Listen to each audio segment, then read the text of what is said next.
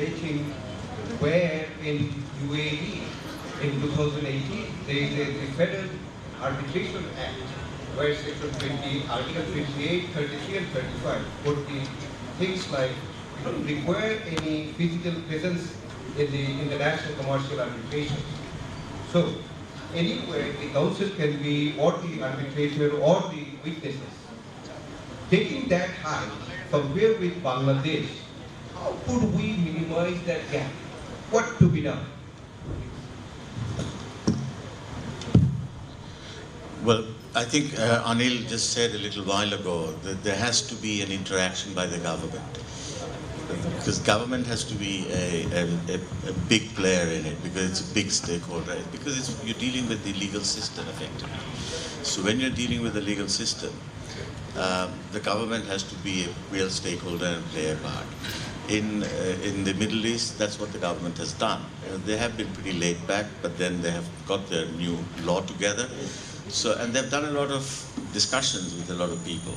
Okay, so both internally and externally, and Dubai is, in fact, Dubai is now working towards becoming a hub. Indeed, I have an arbitration. Absolutely, they're investing quite a lot. And next week, I have an arbitration in Dubai. So it is going to become, again, hopefully, an arbitration-friendly environment. And that should be the direction that we should have. So not only should the business community take a lead, but the government should be involved, and the government should make way for laws which will make arbitration popular in this country and reliable. And whoever uses arbitration, the consumers of arbitration services should be comfortable that they will be getting justice at the end of the day. Thank you. Absolutely. Absolutely. If I could just add on to that, if you look at Dubai, you'll understand that Dubai's idea is to make both the seat of arbitration and the venue of arbitration for the Middle East, right? All of the Middle East. So the question that you have to ask is this: are you looking at Bangladesh as the venue for your arbitration, or as the seat of arbitration as well, right? And to do that, think about it. You can reach out to India, you can reach out to Myanmar, you can reach out to possibly Thailand and all that. So as a venue for arbitration, you do have an opportunity here, right? But to get to that venue stage, you want to also consider whether or not these countries will look at Bangladesh as the seat of arbitration. To do that, we come back to the same thing down the line from the government, from the judiciary. From what I hear from the justices, what they spoke about, it looks like the court system is in good hands, right? You're doing the right thing, you're taking the right steps, you're making the right decisions. So the question then is, on the left hand, what are the government doing for that? On the right hand, what are practitioners doing? What are the institutions doing? Right? So if you put all of these into place together, you can replicate the regulations that you spoke about, right? Now there's a slight angle to that as well. Remember I mentioned to you appropriate dispute resolution. A large portion or large interest of mine is online dispute resolution, right? And this December I'll have my second article on online dispute resolution in the Asian Journal of Mediations coming out. Now there's this big thing that's taking place about online dispute resolution. I sat as a mediator in an online dispute resolution where the parties were never physically with me, but we video conference. So some of those things can also work, right? It's just a matter of setting the framework. In June this year, I went to Osaka for the Asia Pacific Economic Corporation's framework on online dispute resolution platform and protocol. So we are putting things in place. So if you want to move up, you may want to think about technology-based progress and then up. So you could be a front runner dealing with that. When I spoke about online dispute resolution in India, they said they're not up there yet. So you could take a step forward, implement that along with everything else that you're thinking about in terms of arbitration, and possibly look at alternate dispute resolutions as well, and then move forward. If I may, I just wanted to say that for this, you need to create awareness among the people as well. And you need proper training and institutionalized training for the arbitrators as well. I mean, anybody, it's not that the judges can be the arbitrators, as the presenter, Dr. Khalid has already mentioned. So for this, we need to create awareness among the people and institutionalize, as we say, and proper training and whatever. Is that correct, sir? I agree with you, and I'd just like to highlight two things. Yes. I know 4 Bangladeshi gentlemen very well over the last 6-7 years. They're all here. I'm sure. Right? Yeah. And today I've just had the experience of finding out what the judiciary does. I must share as a Singaporean, I think you guys have an incredible potential. You guys are almost on par with any other countries in terms of your knowledge and experience as lawyers, and experience as judges.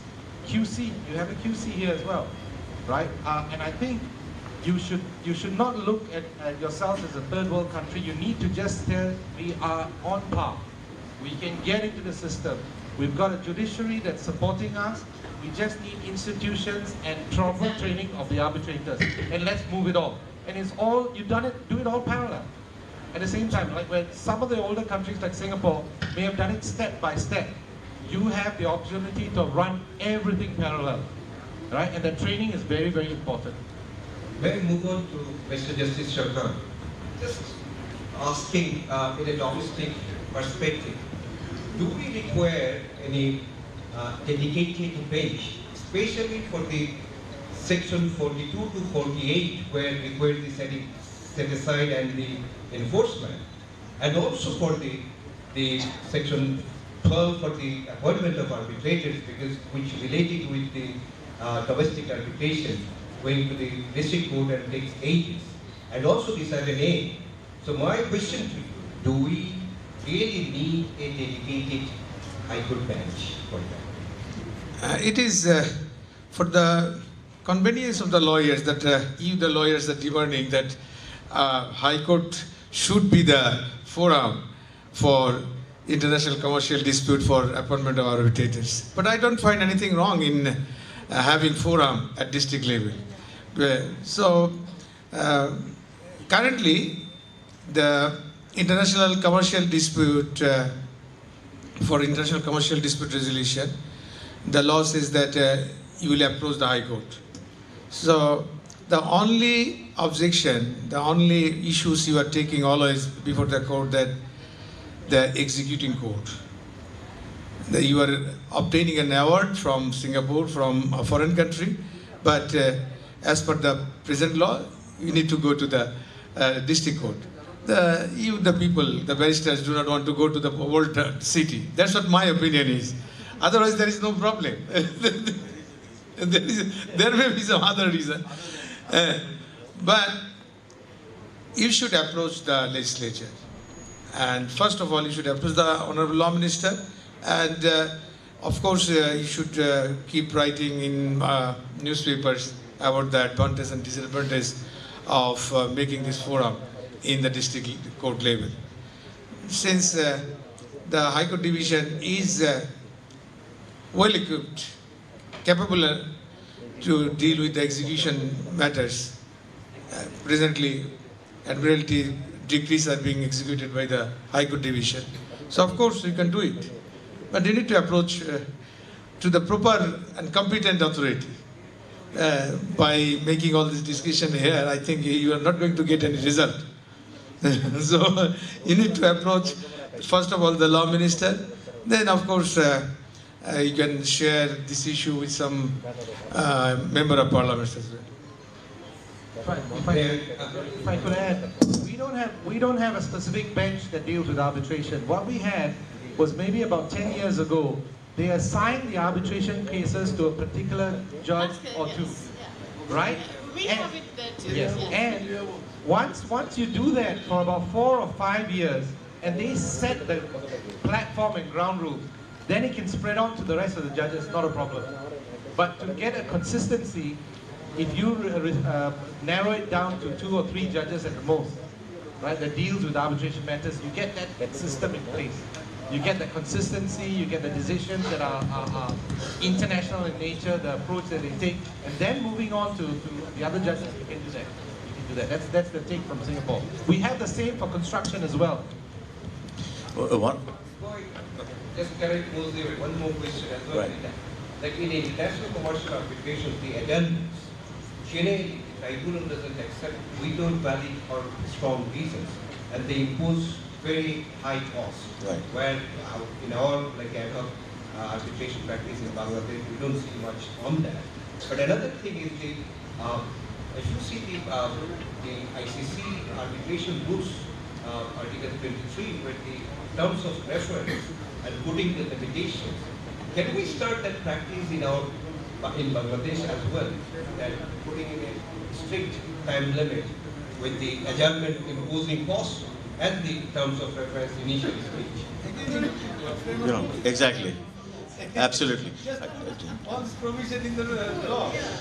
The example I would want to give you is the very first fast-track arbitration is taking place in BIAC, and I'm the arbitrator.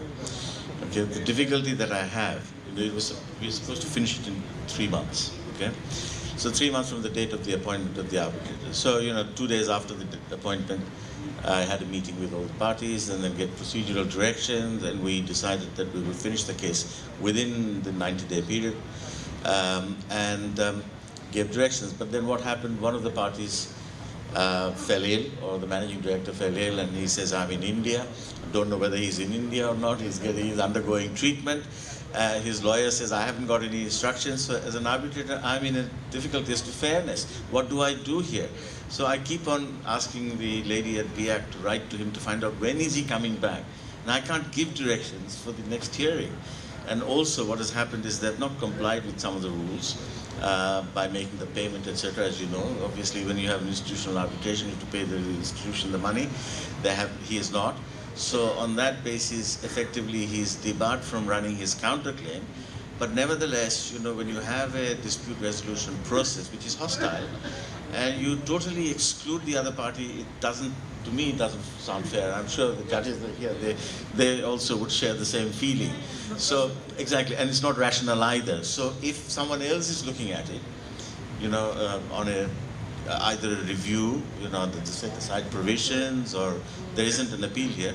So when someone else is looking at it, they say, well, was that really fair for Mr. Hussain to set the time limit? And this man is saying, I'm having a heart attack or whatever.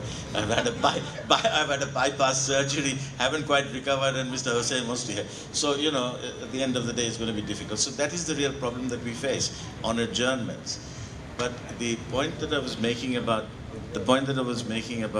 whether the international commercial arbitration should be dealt with and enforced in the High Court, there is a point, because in the district court, the judges aren't experienced enough, and we don't have, it's like in the sub-courts, in the subordinate courts in Singapore, the judges aren't experienced enough, so, but the judges in the High Court are.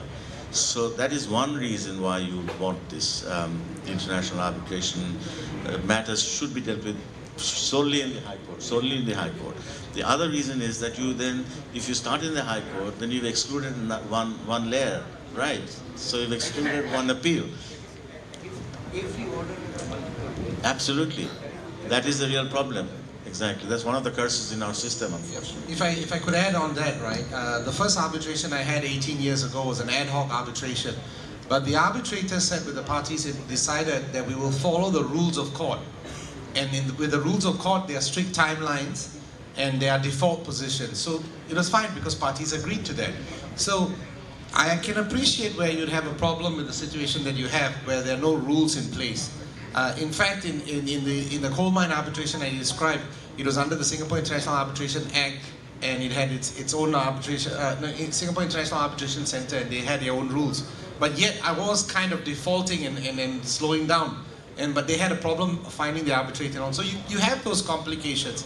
But the idea is, I think as far as possible, you must have institutionalized arbitration, point number one. Point number two, if you are going to go down the path of ad hoc arbitration, you really need to set the rules that parties agree to.